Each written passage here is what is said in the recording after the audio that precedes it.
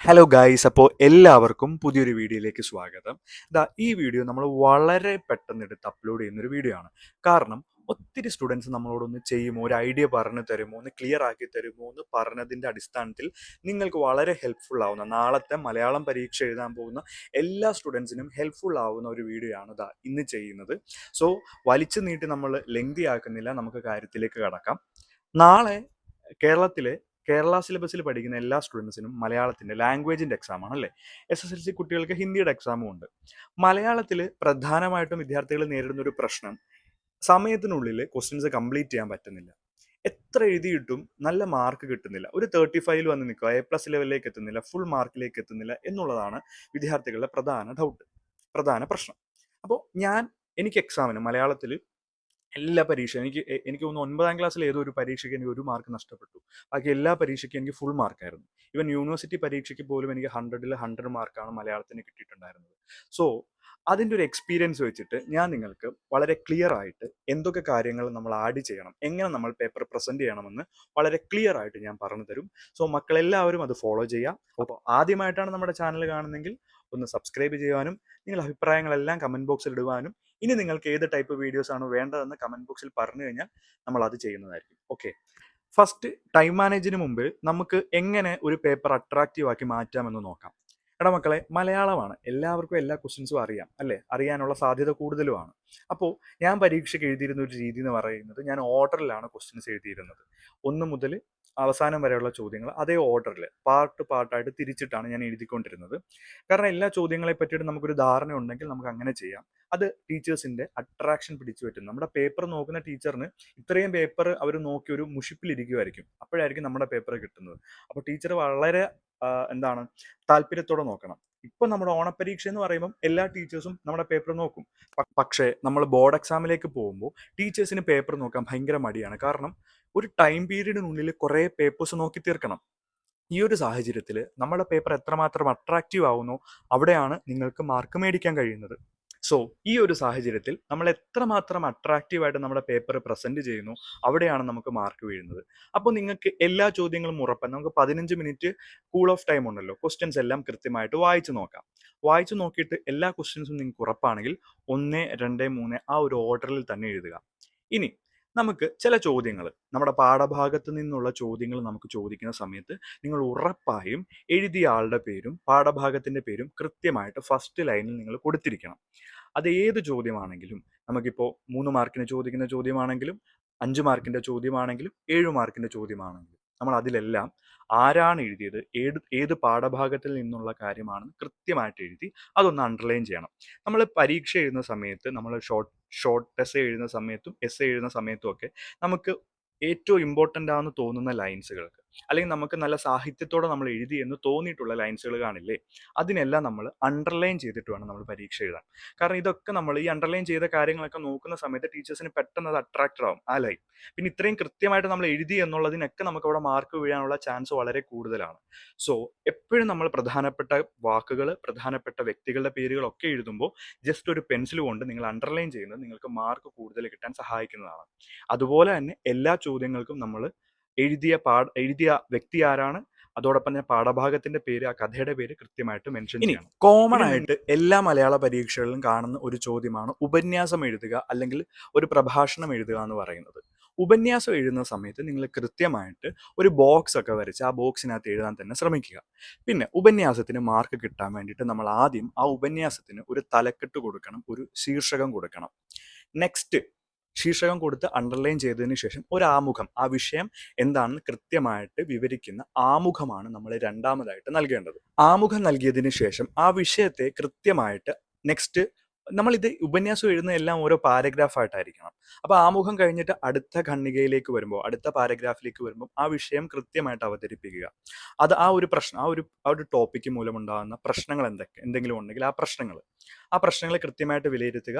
അത് കഴിഞ്ഞിട്ട് നമ്മൾ ആ പ്രശ്നങ്ങൾക്കുള്ള സൊല്യൂഷൻ കൊടുക്കുക. പിന്നീട് നമ്മളുടെ ഒരു അഭിപ്രായം, നമ്മളൊരു കാഴ്ചപ്പാട് കൃത്യമായിട്ട് ആ ഒരു വിഷയത്തെ പറ്റിയിട്ട് കൃത്യമായിട്ടുള്ള കാഴ്ചപ്പാട് അടുത്ത ഖണ്ഡികയിൽ കൊടുക്കുക. കൺക്ലൂഷനായിട്ട് നമ്മൾ അടുത്ത വേറൊരു ഖണ്ഡിക കൊടുക്കുക. അപ്പോൾ ഇത്രയും ഖണ്ഡികകളായിട്ട് പാരഗ്രാഫായിട്ട് വേണം നമ്മൾ എഴുതാൻ.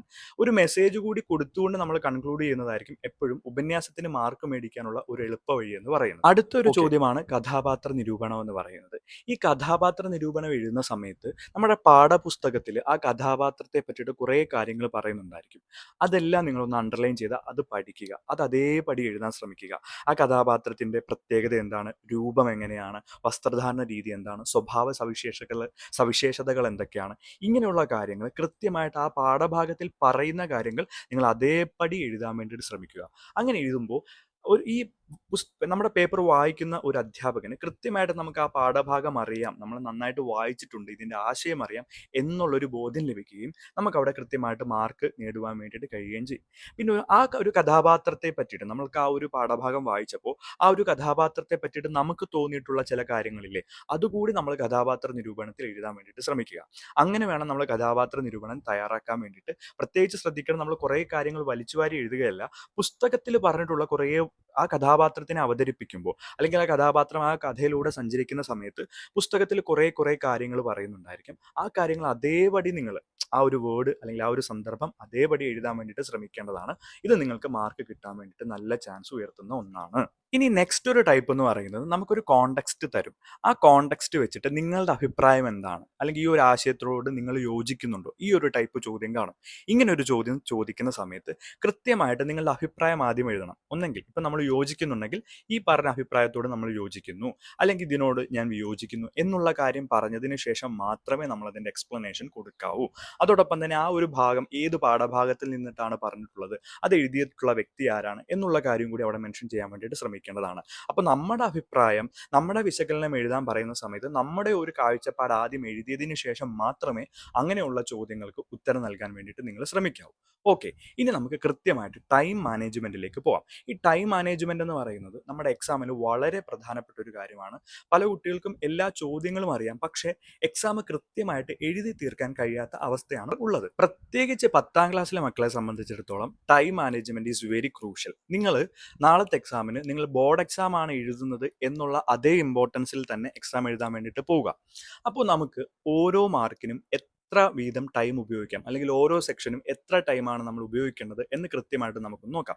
ഇതൊരു ആവറേജ് ടൈം കാൽക്കുലേഷൻ ആയിട്ട് കണ്ടിട്ട് നിങ്ങൾ ഈ ഒരു ടൈം പീരീഡിനുള്ളിൽ എഴുതി തീർക്കാൻ ശ്രമിക്കുക. അങ്ങനെ തീർക്കുകയാണെങ്കിൽ നിങ്ങൾക്ക് കുറച്ചുകൂടി എക്സ്ട്രാ ടൈം കൂടെ കിട്ടും. നിങ്ങൾക്കൊന്ന് റിവൈസ് ചെയ്ത് നോക്കാനൊക്കെ ഉള്ളൊരു ടൈം നിങ്ങൾക്ക് അവിടെ ലഭിക്കുന്നതായിരിക്കും. ഓക്കെ, നമ്മുടെ ഒന്നാമത്തെ പാർട്ടെന്ന് പറയുമ്പോൾ 1 മാർക്കിൻ്റെ 4 ചോദ്യങ്ങളാണ്. ഓൾറെഡി നമുക്ക് കൂൾ ഓഫ് ടൈം കിട്ടും. ഓപ്ഷൻസ് ഉള്ള ചോദ്യങ്ങളാണ്. നിങ്ങൾക്ക് 1 മിനിറ്റിനുള്ളിൽ തന്നെ അത് എഴുതി തീർക്കാവുന്നതേ ഉള്ളൂ. ഒരൊറ്റ വേർഡ്, ഒരൊറ്റ ലൈൻ മാത്രം എഴുതേണ്ട ചോദ്യങ്ങളാണ്. നമ്മൾ മിനിമം അതിനൊരു 2-3 മിനിറ്റ് എടുത്തെന്ന് വെക്കുക. സാധാരണ ഇതിൽ നമുക്കൊരു 2 മിനിറ്റ് കൊണ്ട് തന്നെ ഫസ്റ്റ് പാർട്ട് നമുക്ക് കംപ്ലീറ്റ് ചെയ്യാൻ വേണ്ടിയിട്ട് കഴിയും. അതിൽ കൂടുതൽ ടൈം നമ്മൾ എടുക്കരുത്. Mark okay. ഇനി സെക്കൻഡ് പാർട്ടിലേക്ക് പോകുമ്പോൾ 3 മാർക്കിന്റെ ചോദ്യങ്ങളാണ് നിങ്ങൾക്ക് അവിടെ വരുന്നത്. ഈ 3 മാർക്കിന്റെ ഒരു 3 ചോദ്യമായിരിക്കും നിങ്ങൾക്ക് എഴുതാൻ വേണ്ടിയിട്ടുണ്ടായിരിക്കുക. ആ ഒരു 3 ചോദ്യങ്ങൾക്ക് നിങ്ങൾ മിനിമം ഒരു ചോദ്യത്തിന് 5 മിനിറ്റ് വീതം എടുക്കുക. അങ്ങനെ എടുത്തു കഴിഞ്ഞാൽ നിങ്ങൾ 15 മിനിറ്റ് കൊണ്ട് തന്നെ ആ ഒരു സെക്ഷൻ കംപ്ലീറ്റ് ചെയ്യും. നമ്മൾ മലയാളം ലാംഗ്വേജ്, അതുപോലുള്ള ഇംഗ്ലീഷ്, ഹിന്ദി, മലയാളം പോലുള്ള ലാംഗ്വേജുകൾക്ക് ടൈം മാനേജ്മെന്റ് ആണ് വളരെ പ്രശ്നം. കാരണം നമുക്ക് ഒത്തിരി എഴുതാനുള്ളൊരു ടെൻഡൻസി ഉണ്ടായിരിക്കാം. നമുക്കിപ്പോൾ ഈ പറഞ്ഞ 3 മാർക്കിന്റെ ചോദ്യത്തിൽ ക്വസ്റ്റ്യൻ പേപ്പറിൽ തന്നെ കൃത്യമായിട്ട് പറയും 3-4 വാക്യത്തിൽ ഉത്തരം എഴുതുക. അപ്പോൾ നിങ്ങൾ മാക്സിമം അതിൽ തന്നെ കംപ്ലീറ്റ് ചെയ്യാൻ നോക്കുക. ഇനി നിങ്ങൾക്ക് കുറച്ചുകൂടി എഴുതണമെന്നുണ്ടെങ്കിൽ കുറച്ച് 1-2 ലൈൻ വിട്ടിട്ട് നിങ്ങൾ അടുത്ത ക്വസ്റ്റ്യൻ എഴുതുക. അതിനുശേഷം നിങ്ങൾ എല്ലാം എഴുതി കഴിഞ്ഞതിന് ശേഷം നിങ്ങൾക്ക് ടൈം ഉണ്ടെങ്കിൽ നിങ്ങൾ വന്നത് കംപ്ലീറ്റ് ചെയ്യാൻ ശ്രമിക്കുക. ഇങ്ങനെയാണ് നിങ്ങൾ ചെയ്യേണ്ടത്. അപ്പോൾ 3 മാർക്കിന്റെ ചോദ്യത്തിന് നിങ്ങൾ മിനിമം ഒരു 15 മിനിറ്റിനുള്ളിൽ കംപ്ലീറ്റ് ചെയ്യാൻ ശ്രമിക്കുക. ഒരു ചോദ്യത്തിന് 5 മിനിറ്റ് എന്നുള്ള നിലയിലായിരിക്കണം നമ്മൾ കംപ്ലീറ്റ് ചെയ്യേണ്ടത്. നെക്സ്റ്റ് പാർട്ട് എന്ന് പറയുന്നത് 5 മാർക്കിന്റെ ചോദ്യങ്ങളാണ്. ഈ 5 മാർക്കിന്റെ ചോദ്യങ്ങളിൽ നിങ്ങൾക്ക് മിനിമം നിങ്ങൾക്കൊരു 4 ചോദ്യം എഴുതാൻ വേണ്ടിയിട്ട് കാണും. അപ്പോൾ അതിൽ ഓരോ ചോദ്യങ്ങൾക്കും നിങ്ങളൊരു 10 മിനിറ്റ് വീതം എടുക്കുന്നതെന്ന് വിചാരിക്കുക. 10 മിനിറ്റ് വീതമാണ് എടുക്കുന്നതെങ്കിൽ നിങ്ങൾ കൃത്യമായിട്ടും 5 മാർക്കിന്റെ ചോദ്യം അരപ്പുറമാണെന്നാണ് പറയുന്നത്. പക്ഷെ നിങ്ങൾ ഒരു മുക്കാപ്പുറമെങ്കിലും എഴുതാൻ വേണ്ടിയിട്ട് ശ്രമിക്കുക. ഒരു 10 മിനിറ്റ് കൊണ്ട് നിങ്ങൾക്ക് എന്തായാലും മുക്കാപ്പുറം കൃത്യമായിട്ട് എഴുതാൻ വേണ്ടിയിട്ട് കഴിയും. 10 മിനിറ്റിൽ കൂടുതൽ നിങ്ങൾ എടുക്കാൻ വേണ്ടിയിട്ട് ശ്രമിക്കരുത്. അപ്പം അതിൽ ആ 10 മിനിറ്റ് എഴുതുക. ഒരു അരപ്പുറത്തിൽ കൂടുതൽ വരുന്നുണ്ടോ എന്ന് നോക്കുക. വന്നത് ഇനി എഴുതാനുണ്ടെങ്കിൽ ആ ഒരു സ്പേസ് വിടുക. നിങ്ങൾ അടുത്ത പാർട്ടിലേക്ക്, അടുത്ത ക്വസ്റ്റ്യനിലേക്ക് പോവുക. ഇങ്ങനെ ഒരു 40 മിനിറ്റ് കൊണ്ട് നമുക്ക് ആ ഒരു സെക്ഷൻ കംപ്ലീറ്റ് ആവും. ഇനി ലാസ്റ്റ് പാർട്ട് ചോദ്യമാണ്. ലാസ്റ്റ് പാർട്ട് എന്ന് പറയുന്നത് 7 മാർക്കിന്റെ ഒരു ചോദ്യമാണ്. ഈ 7 മാർക്കിന്റെ ഒരു ചോദ്യത്തിന് നിങ്ങൾ 15 മിനിറ്റ് എടുക്കുക. ഓക്കെ, 7 മാർക്കിന്റെ ചോദ്യം എഴുതാൻ നിങ്ങൾക്ക് ഒരു പുറത്തിൽ കവിയാതെയാണ് എഴുതാൻ പറഞ്ഞിരിക്കുന്നത്. പക്ഷെ നിങ്ങൾക്കൊരു 1.25 പുറമൊക്കെ നിങ്ങൾ എഴുതാൻ പറ്റുന്നുണ്ടെങ്കിൽ മാക്സിമം എഴുതുക. കാരണം ഒരു എസ്സേ ചോദ്യമാണ്. നിങ്ങൾക്ക് എത്രമാത്രം എഴുതാൻ പറ്റുന്നുണ്ടോ അത്രയും മാക്സിമം എഴുതാൻ ശ്രമിക്കുക. ഒരു 15 മിനിറ്റ് എടുക്കാൻ കഴിയുന്നുണ്ടെങ്കിൽ 15 മിനിറ്റിനുള്ളിൽ നിങ്ങളത് കംപ്ലീറ്റ് ചെയ്യാൻ ശ്രമിക്കുക. ഇതൊക്കെ ഒരു ബോർഡർ ലൈനാടാ. അതിനപ്പുറം നിങ്ങൾ പോവാതെ നോക്കുക എന്നുള്ളതാണ് നിങ്ങളുടെ ടാസ്ക്. അങ്ങനെ അതിനുള്ളിൽ തന്നെ നിൽക്കുകയാണെങ്കിൽ ഈ 15 മിനിറ്റിനുള്ളിൽ തന്നെ ഒരു 10 മിനിറ്റിൽ തന്നെ കംപ്ലീറ്റ് ചെയ്യാൻ കഴിയുകയാണെങ്കിൽ നമുക്ക് എക്സ്ട്രാ വീണ്ടും ടൈം കിട്ടും. അപ്പം നമുക്ക് ബാക്കി കാര്യങ്ങൾക്ക് വേണ്ടിയിട്ട് അത് ഉപയോഗിക്കാൻ വേണ്ടി കഴിയും. ഇതെല്ലാം ഈ ഒരു ടൈം പീരീഡിൽ നിങ്ങൾ ഫോളോ ചെയ്യുകയാണെങ്കിൽ നിങ്ങൾക്കൊരു എക്സ്ട്രാ 5 മിനിറ്റോളം നിങ്ങൾക്ക് റിവൈസ് ചെയ്യാനുള്ള ടൈം കൂടി കിട്ടുന്നതായിരിക്കും. സോ ഓരോ സെക്ഷനും കൃത്യമായിട്ട് ഈ ഒരു ടൈം പീരീഡിൽ കൃത്യമായിട്ട് നിങ്ങൾ ഫോളോ ചെയ്യുക. ഒന്നാമത്തെ പാർട്ടിന് നമ്മൾ ഒരു 2-3 മിനിറ്റിൽ കംപ്ലീറ്റ് ചെയ്യുക. സെക്കൻഡ് പാർട്ട് എന്ന് പറയുന്നത് നമ്മൾ ഓരോ ചോദ്യത്തിനും 5 മിനിറ്റ് എന്നുള്ള രീതിയിൽ കംപ്ലീറ്റ് ചെയ്യുക. തേർഡ് പാർട്ടിൽ ഓരോ ചോദ്യങ്ങളും 10 മിനിറ്റ് എന്നുള്ള രീതിയിൽ കംപ്ലീറ്റ് ചെയ്യുക. ആൻഡ് ലാസ്റ്റ് പാർട്ട് എന്ന് പറയുന്നത് ബാക്കിയുള്ള ടൈമിന് വേണ്ടിയിട്ട് നിങ്ങൾക്ക് ഉപയോഗിക്കാൻ വേണ്ടി കഴിയും. ഇത്തരത്തിൽ ടൈം മാനേജ്മെന്റ് കൃത്യമായിട്ട് ഉപയോഗിക്കുന്ന വിദ്യാർത്ഥികൾക്ക് മാത്രമേ കൃത്യമായിട്ട് എക്സാം കംപ്ലീറ്റ് ചെയ്യാൻ വേണ്ടിയിട്ട് കഴിയൂ.